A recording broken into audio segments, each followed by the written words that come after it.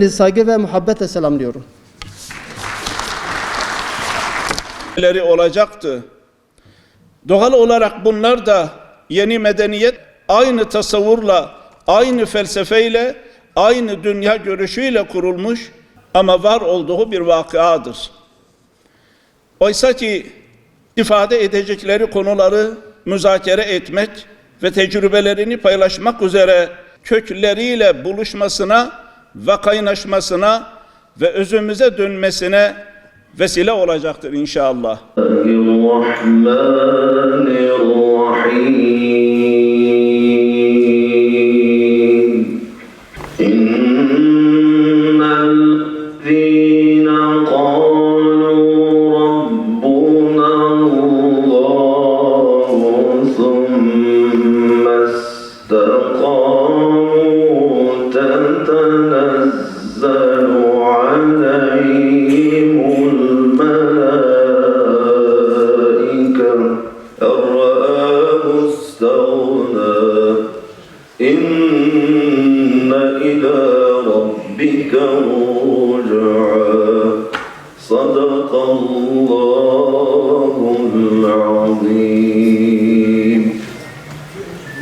سبحان ربك رب العزة عما يصفون وسلام على المرسلين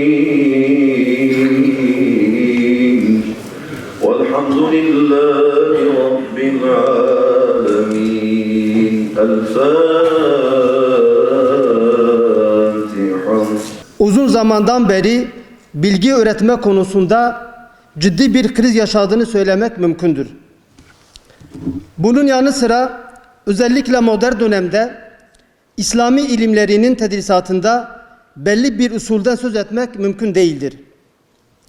Birçok meselede olduğu gibi bu konuda da ifrat ve tefriti görmek mümkündür.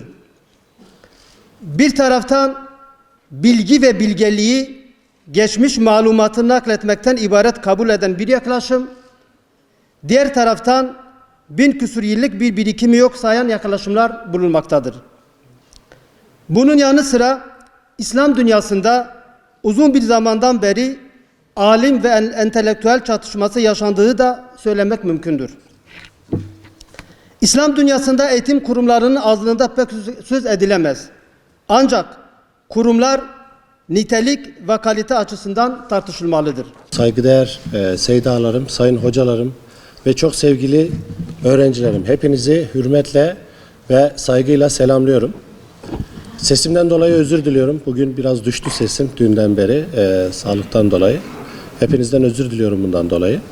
Biz Kadim Akademi olarak Mardin Artuklu Üniversitesi'nde bir grup akademisyenin ilim, hikmet ve irfan çerçevesinde bilginin, hayatın ve medeniyetin yeniden üretilmesi için çalışmak için hassasiyetli olan arkadaşların, üniversitedeki hocaların bir araya gelip kurduğu bir derneğiz. Ve biz böyle bir çalışmada, daha önce de Mardin'de yapmıştık ve bu şu anda burada yapılan çalışmadan da bir paydaş olarak bulunmaktan onur duyduğumuzu hepinize buradan söylemek istiyorum. Çalışmanın hayırlara vesile olmasını istiyorum. Hepinizi saygıyla, sevgiyle selamlıyorum. Elhamdülillahillezî alleme bil kalem. Allemel insâne mâ lem ya'lem.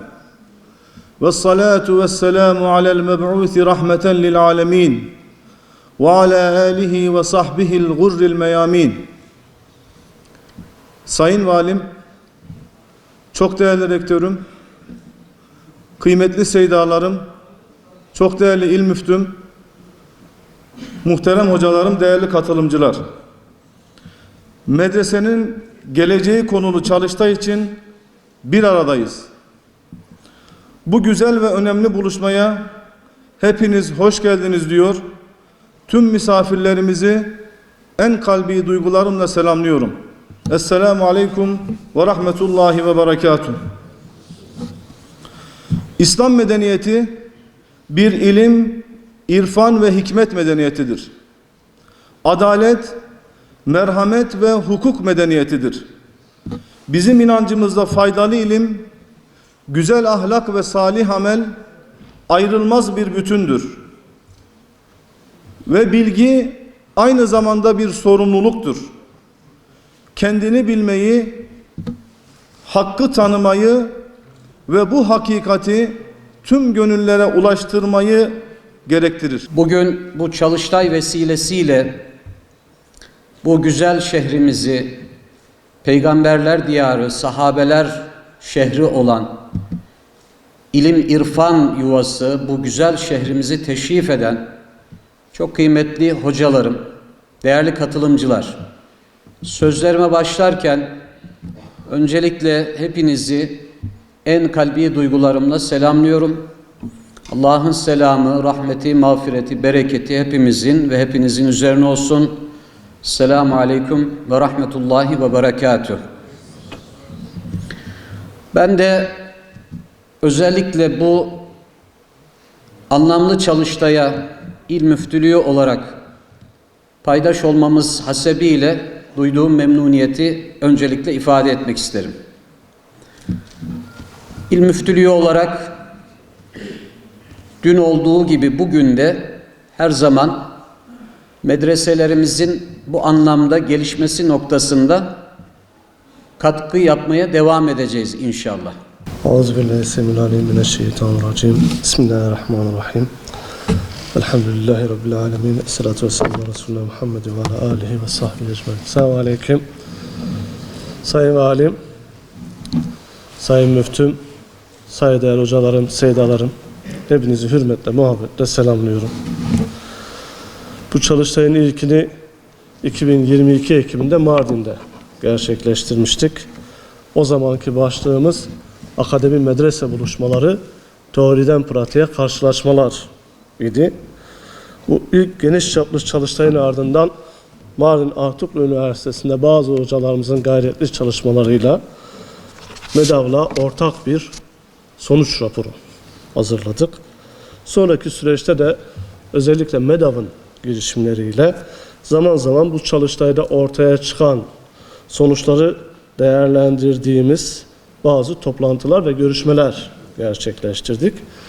Bu görüşme ve toplantılarda aslında yapmayı planladığımız birçok girişim ve projeden bahsettik ve bugün yaptığımız bu çalıştayda aslında bu projelerden biriydi. Ve ikincisini düzenlemeyi niyetlendiğimiz bu çalıştayı 2 yılı aşkın bir süreden sonra bugün Allah'a şükür gerçekleştiriyoruz. Ve üst başlığımız aynı olmasına rağmen alt başlığımız medresenin geleceği başlığını taşıyor. Burada hem buluşmalar hem de medresenin geleceği meselesini niye özellikle ön plana çıkardığımızı birazdan geniş bir şekilde açıklayacağım. Öncelikle akademi ve medreseyi bir arada konuşmanın, değerlendirmenin benim için büyük bir haz ve heyecan sebebi olduğunu belirtmem gerekiyor. Bununla birlikte akademi ve medreseyi birlikte konuşmanın kendi içinde bazı zorlukları da var. Hem akademinin hem de medresenin tartışılabileceği düşünsel ve kurumsal katmanlar oldukça iç içe geçmiş, oldukça farklı veçeleri olan katmanlar. Dolayısıyla bunları konuşurken her birinin hakkını bir hakkın teslim edebilmek, meseleyi bütün veçeleriyle ortaya koyabilmek oldukça zor. Dolayısıyla bir ikilemede düşmeden her ikisini aslında hem akademiye hem de medreseye karşı içinde bulunduğumuz o duygusal habitustan kurtularak anlatabilmek oldukça zor gibi görünüyor. Özellikle benim gibi her ikisiyle de ilişkili birinin bunu anlatırken bu duygusallıktan kurtulması çok kolay gibi görünmüyor ama bundan kurtulmaya çalışarak, bu ikilemi aşmaya çalışarak konuşmaya çalışacağım. Aslında tam olarak da buluşmalar bizleri bu ikileme sürükleyen bir süreçte 2010'da ortaya çıktı. 2010 yılında zihin dünyamızı şekillendiren ve bizi özgün kılan coğrafyaya karşı vefa borcunu ödemek isteyen bir grup akademisyen olarak bilimsel çalışmalarımızı özgürce yapabilmek adına sivil bir akademik yapı olarak Kadim Akademi'yi kurduk. Ve ilginizi çekebilecek bir cümleyle söyleyeyim. Aslında üniversite dışında akademisyenler olarak kendimize has bir medrese oluşturmaya çalıştık. Özellikle bölgede yaşayanların farklı program ve faaliyetlerle çok yakından tanıdıkları bir sivil toplum kuruluşu Kadim Akademi'nin. Ve ilk çalışmalarından biri de akademi medrese buluşmalarıydı. Farklı kesimlerden farklı tepkiler alan akademi medrese buluşmalarının en azından yakın tarihimiz açısından birbirine temkinli, hatta çoğu zaman olumsuz yaklaşan iki ekolün, yani akademinin ve medresenin iyi niyet zemininde ilk karşılaşmaları olduğunu düşünüyoruz. Tüm bu tespitler sonrası giriştiğimiz arayışta ilk yöneldiğimiz alanlardan biri medrese oldu. Medreseyi İslam medeniyetimizin ilim geleneğiyle özdeşleştirerek modern bilime karşı bize şevk, heyecan verecek, kendi ilim geleneğimizin tevarüsünde katkı sağlayacak bir bilimsel çeşitlilik kaynağı olarak gördük. Son birkaç yüzyıldır yaşanan tüm krizlere rağmen medreseyi bizler için bir seçenek haline getiren başlıca sebebi Osmanlı'nın çöküş süreciyle başlayan yeniden İslamlaşma taleplerinin akademik camiadaki yansıması olarak okumak mümkündür. Modern bilime ve akademiye yaptığımız bütün eleştiriler İslami veya İslamcı reflekslerle yapılmış eleştirilerdi. Biz bu eleştirilerle akademide ve bilimde bir İslamlaşma talebimizi dile getiriyorduk aslında. Medresenin İslam bilim geleneğinin sembol kurumu olması, İslamlaşma taleplerinin gerçekleşmesinde akademi-medrese karşılaşmasını önemli bir seçenek haline getiriyor. Bu karşılaşmadan nasıl bir sonuç elde edeceğimiz konusunda oldukça büyük tartışmalar olsa da, hatta İslami kesimin bir kısmı dahil geniş kesimlerce meseleye duygusal yaklaştığımız ve bir sonuç elde edemeyeceğimiz eleştirilerle muhatap olsak da akademi medrese buluşmalarını yapmaya devam etmekte kararlıyız. Şunu da açık bir şekilde belirtmek gerekiyor ki biz medreseyi sadece ilmi bir merkez olarak da görmedik. Aynı zamanda İslam dünyasında özellikle ehl-i sünnet coğrafya açısından sosyopolitik anlamda da varoluşsal bir kurumsal yapı olarak görüyoruz. Nizamiye medreselerinden yakın geçmişimize kadar medresenin aynı zamanda sosyopolitik bir muhafaza vasıtası olduğu göz ardı edilemez bir gerçek olarak karşımızda duruyor. Bu çerçevede bizim modern bilime yaptığımız en önemli eleştirilerden biri de modern bilimin emperyal bir sömürü aracına dönüşmüş olmasıydı. Biz modern bilime karşı anti-emperyal bir tavır geliştirirken medrese geleneği bu coğrafyaya yönelik sömürgeci girişimlere karşı daha baştan beri mücadeleci bir tavır geliştirmiştir. Bunun milli mücadele sürecinde de birçok örneği vardır. Sadece Türkiye, Anadolu açısından değil, İslam dünyasının tamamında da aslında sömürgecilere karşı direnişin en temel sembolü, en temel kurumsal altyapısı medreseler olmuştur. Bunun birçok örneğini vermek mümkündür. Tabii medrese bu mücadeleci tutumunu Cumhuriyet kurulduktan sonra da bırakmadı. Cumhuriyet döneminde medreselerin kendilerini var olma mücadelesi içinde bulmaları sonrasında yaşanan travma bir medrese tutumu ortaya çıkardı. Bu tutumu en genel tanımıyla, en genel haliyle direniş olarak tanımlamak mümkündür. Bu dönemde medrese şehirlerden çıkarak gözden ırak köylere çekilmek zorunda kaldı. Belli dönemlerdeki kısmi rahatlığa karşı genellikle illegal bir yeraltı kurumu gibi çalışmak zorunda bırakıldı. Buna rağmen en azından bölgemizde İslam bilim geleneği açısından olmasa bile İslami yaşantının sürekliliğinde medreseler çok önemli rol üstlendiler. Hatta Cumhuriyet'e geçiş sürecinde aniden ortadan kaldırılan ve toplumca benimsenmiş bazı İslami kamusal kurumların yerini aldılar. Çizdiğim bu tabloyu özetleyecek olursam, akademi medrese buluşmaları bir İslamlaşma çabasının ürünü olarak ortaya çıktı. Medrese bizim için akademik anlamda İslamlaşmanın sembolüdür. Bunu söylediğimizde çok yoğun eleştiriler alıyoruz arkadaşlar. Özellikle akademik camiada. Böyle en hafifi bizi duygusal ve romantik olmakla suçluyor. Daha böyle üst seviyelere çıkınca iflah olmaz bağnazlar ve giriciler olarak tanımlanıyoruz. Çok da alışmadığımız şeyler de değil açıkçası. Ama şunu çok açık söyleyeyim. Bizim medreseyle kurduğumuz ilişki, birazdan bir medrese eleştirisi de yapacağım. Onda da çok net bir şekilde göze çarpacak, göreceksiniz. Hiçbir şekilde romantik bir ilişki ağı değil. Çok net bir duruşumuz var. Çok kendi geleneğimize vefa mantığıyla bağlı bir duruşumuz var. Yeri geldiğinde, ki birazdan gelecek, medreseyi de çok rahat bir şekilde eleştirebilecek bir duruş sergiliyoruz. Ama biz biraz önce de söylediğim gibi aslında medresenin nerede olduğunu, nerede durduğunu, nasıl bir kriz içinde olduğunu çok farkında olarak medreseyi bir sembol olarak değerlendirme eğilimi içindeyiz. Biz 400 yıldır medresenin hangi durumda olduğunu, işte Katip Çelebi 17. yüzyılda şöyle diyor. Ne felsefiyat kaldı, ne hidaye, ne ekmel kaldı diyor. Medreseyi eleştiriyor. Ve Osmanlı'nın neredeyse son 400 yılında her yüzyılda ıslah-ı medaris kanunları çıkıyor. Şu anda medresenin geldiği noktada aslında çok ciddi ve çok derin bir kriz içinde olduğunu farkındayız. Ama sonuç itibariyle biz bir ilim üretme merkezi olarak değil, bir ruhu yaşatma merkezi olarak aslında medresenin bugün için bir sembole dönüştüğünü ve bizim de bu ruhun peşinde olduğumuzu söylüyoruz. Evet, Said Erzur'un müsaadenizle bir ruhun peşinde olduğumuzu söyleyerek konuşmamın ikinci kısmına geçmek istiyorum. Yani niye medresenin geleceği ve 2022 raporumuzun özeti. Tabii biz büyük bir heyecanla medrese aracılığıyla akademiye ruh kazandırmaya çalışırken ama şunu rica ediyorum. Şimdiye kadar medreseyle ilgili hep olumlu cümleler kurdum. Bundan sonra çok eleştirel cümleler olacak. Seydamlarımın biraz hoşgörüsüne sığınacağım. Onu özellikle belirteyim. Niye hoşgörüye sığınacağımı birazdan çok daha net anlamış olacaksınız. Biz medrese aracılığıyla akademiye ruh kazandırmaya çalışırken acı bir gerçekle karşılaştık. Medresenin geleneksel rolünü ve keyfiyetini kaybettiğini zaten farkındaydık. İfademi mazur görün. Meselenin ehemmiyetini vurgulamak için söyleyeceğim. Bize ruh kazandırmasını beklediğimiz medresenin can çekiştiğini fark ettik.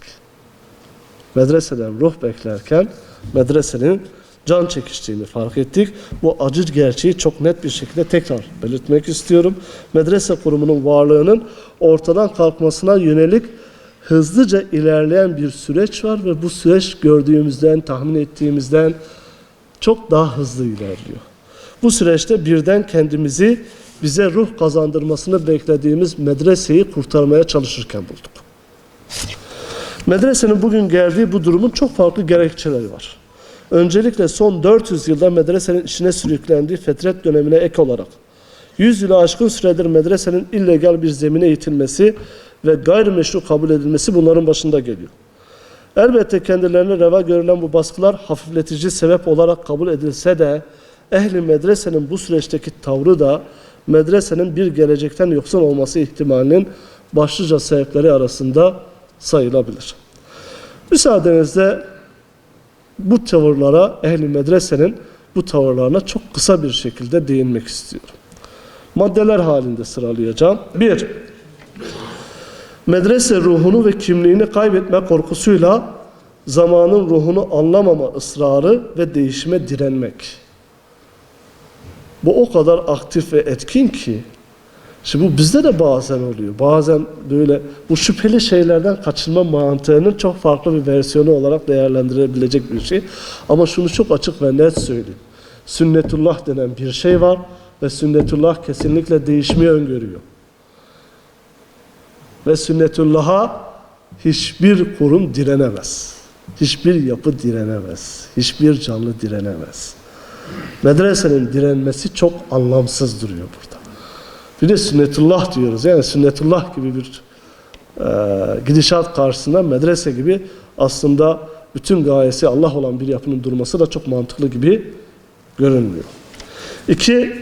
Medreselerin kolektif aklın yönettiği kurumlardan çok bireysel özelliklerin ön plana çıktığı kurumlara dönüşmesi. İslam dünyası, İslam medeniyeti diye bir dünyadan ve medeniyetten bahsediyoruz. Ve aslında felsefi olarak, anlayış olarak, düşünce olarak da çok da bireyselliği ön plana çıkarmayan bir yapı bu. Medreselerin sadece seydalar etrafında, tekil seydalar etrafında dönen yapılara dönüşmesinin ortaya çıkardığı çok ciddi bir handikaptan bahsedebiliriz. Belli kitaplara, yazarlara saplanıp kalmak. Bir diğeri değişen zaman içinde kitapların, kanunların, programların, usullerin ve ihtiyaçların ihtiyaçları gözetmesi ve değişmesi gerçeğini ihmal etmek. 5. Deneyim, gözlem ve derin işlemlerden çıkarılması gereken bilgiyi çok önceden yazılmış kitaplardan çıkarmak. Bu mantıkla ilgili İshak Hoca'nın okunması meselesi hala bana o kadar garip gelir ki arkadaşlar. Yani çok farklı bir şeye sürükleniyor. İç eleştiriyi terk etmek ve yapılan dış eleştirileri küçümseyip dikkate almamak. Medrese ile ilişkilerimizde en çok dikkatimizi çeken şeylerden, bizi en çok yoran, en çok üzen şeylerden biriydi. Söylediğimiz şeylerin, yaptığımız eleştirilerin yanlış anlaşılması ihtimali çoğu zaman bizi söyleyeceğimiz şeyleri söylemekten alıkoyan bir şeye dönüşüyordu. Seydalarımdan, hocalarımdan özellikle rica ediyorum. En azından şimdi art niyetli belli bir akademik kitlenin olduğunu inkar edemeyiz. Ama burada konuşan akademisyenlerin neredeyse tamamının konuya çok iyi niyetli yaklaştığını, dolayısıyla yaptıkları eleştirilerin aslında medreseyi korumaya yönelik eleştiriler olduğunu bilmenizi rica ediyorum. Çünkü bu bizi o kadar yoruyor ki Sayın Hocam, o kadar yoruyor ki korkuyoruz. Yani seydalar yanlış anlar mı, anlamaz mı? Bu noktada daha bir genişlik rica ediyoruz. Beynelmilel ilişki ağları ve çalışmalardan uzak durmak. Ben İslam Alimleri Vakfı'nı bu anlamda bunu aşabilecek olumlu bir gelişme olarak görüyorum. Araştırmaya ve yazmaya mesafeli olmak. Ki bu medresenin en önemli özelliklerinden biriydi aslında. 9. Hayatın her zeminde ihtiyaç hissedilen fıkıh üretimin durması veya yavaşlaması. Bu içtihat kapısının kapatılması meselesi İslam dünyasının gerilemesindeki en önemli sebeplerden biri olarak görülüyor. Halen de öyle olduğunu düşünüyorum. 10. Toplumu anlayabilecek ve toplumsal değişmelere ayak uydurabilecek dinamizmi kaybetmek. Toplum çok hızlı değişiyor. İnanılmaz hızlı değişiyor. Ve medresenin aslında o ruhunu koruyarak bu dinamizme ayak uydurabilecek bir pratik altyapıya sahip olması gerekiyor. 11. Zamanın gerektirdiği gelişmelere, bunu çok dikkatli böyle nasıl söyleyeceğimi bilemedim ama dikkatli bir cümleyle kurdum. Bu cümleyle ne kadar anlaşılır onu da çok bilmiyorum. Tayyip Hocam, zamanın gerektirdiği gelişmelere ayak uydurmakta direnmeye karşılık bu zamanın sunduğu fırsat ve imkanlardan faydalanma hakkını kendinde görmek. Seydam anlatabilmiş miyim burada derdimi? Değil mi? Yani tekrarlayayım. Zamanın gerektirdiği gelişmelere ayak uydurmakta direnmeye karşılık bu zamanın sunduğu fırsat ve imkanlardan faydalanma hakkını kendinde görmek. Şimdi bu çok, ben bunu akademiden örnek vererek söyleyeyim. Şimdi biz özellikle de böyle medrese kökenli akademisyenlerimiz olsun istiyoruz. Medrese kökenli bazı hocalarımız da akademiye geçmek istiyorlar ama geçerken akademinin gereklerini yerine getirmeden geçelim. Şimdi muhtemelen Diyanet'te de, müftülükte de buna benzer şeyler vardır. Akademinin bir zemini var. Bu zemin haram bir zemin de değil. Yani kendi inancımız, itikadımız çerçevesinde vebale gireceğimiz bir zemin de değil. Bence bir akademisyenin, bilim insanının sahip olması gereken temel özellikleri de belirleyen bazı zeminler.